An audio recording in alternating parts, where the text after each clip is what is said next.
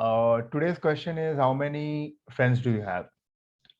Closely followed by another question, how many enemies do you have?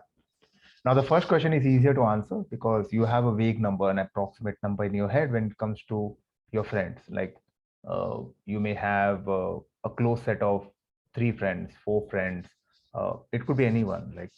But you get to decide who is your friend, right? Because as the seasons change, as the circumstances change, and in some cases as the geography changes, your friends also change, right? But there will be some approximate number when it comes to the number of friends you have. But things are not very easy when it comes to enemies. So enemy is a construct that can drive you if you seek some rivalry, because rivalry is good. It can bring the best out of you, right? Can be good, not necessarily is good, but can be good. uh, uh, Enmity is a different ball game altogether. Yeah, most probably it will drain you out. I don't think your enemies can nurture you the way your friends can. That's the reason I feel that you should never take your friends for granted. You should always take your enemies for granted. Friends are very critical to your growth as a person. Uh, Without friends, I think life would be mm, much more difficult. Friends make life almost worthwhile, I think. So, coming back to the question, the original question of how many friends you have, uh, there are two ways to look at it. One is that you have an X number of friends and you're okay with it. Like, you don't need to have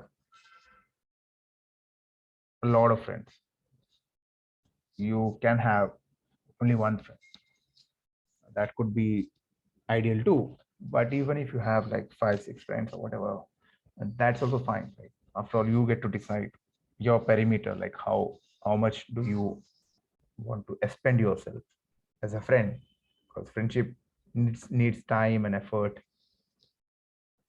But the second question, I think enemy, not having enemy is a bliss, because I haven't met anyone who who has had uh, one enemy or whatever, like a set of enemies or all this uh, gangster nonsense about. I I feel that is one way of uh, leading your life with a bit of color, but it's bound to drain you. Whereas knowing that you have these many friends, at least reliable ones, the ones who made it through the change of your phone, because that is the biggest litmus test for friendship, whether you can survive someone's new phone, right?